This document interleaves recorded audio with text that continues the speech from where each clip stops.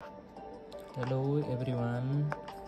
आज फेरि हामीहरू हजुरहरूको लागि कक्षा 10 को कम्पलसरी म्याथको अभ्यास 1.1 को क्वेसन नम्बर 3 को ग र घ लिएर आएका छौँ।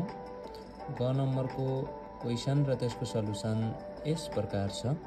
यदि number of A equal to 35 र नम्बर अफ ए को कम्प्लिमेन्ट इक्वल टु 25 भए नम्बर अफ यु को मान पत्ता लगाउनुहोस् भनेको छ। सर्वप्रथम हामीले सधैँ गिभनहरू क्वेसनमा दिएका कुराहरू गिभनहरू लेख्ने गर्दछौँ।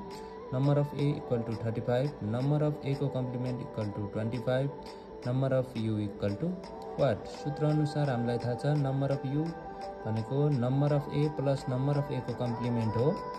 त्यसैले 35 plus 25 equal to 60, that is number of U equal to 60 हुन्छ। त्यसै गरी घ नम्बर क्वेसन यस प्रकार रहेको छ।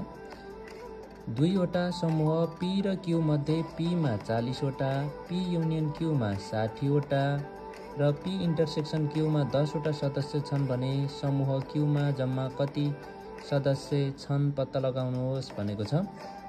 पहिला गिभन क्वेसनले दिएका कुराहरूलाई हामी यहाँ लेख्छौँ।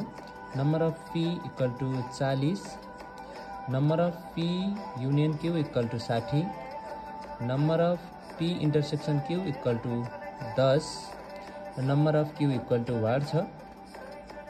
हामीलाई थाहा छ यहाँ कुनै कम्प्लिमेन्ट दिएको छैन, त्यसैले number of P union Q equal to number of P plus number of Q minus number of P intersection Q हुन्छ। Number of P union Q भनेको हामीलाई 60 दिएको छ, नम्बर अफ पी भनेको 40 दिएको छ, नम्बर अफ क्यू हामीले निकाल्नु छ, number of P intersection Q 10 छ। यो सल्युसन गरेर 40 मा 10 घटाउँदा सरी यहाँ 30 हुन पुग्छ। यहाँ 30 हुन पुग्छ अनि 30 हुन पुग्छ यहाँ पनि।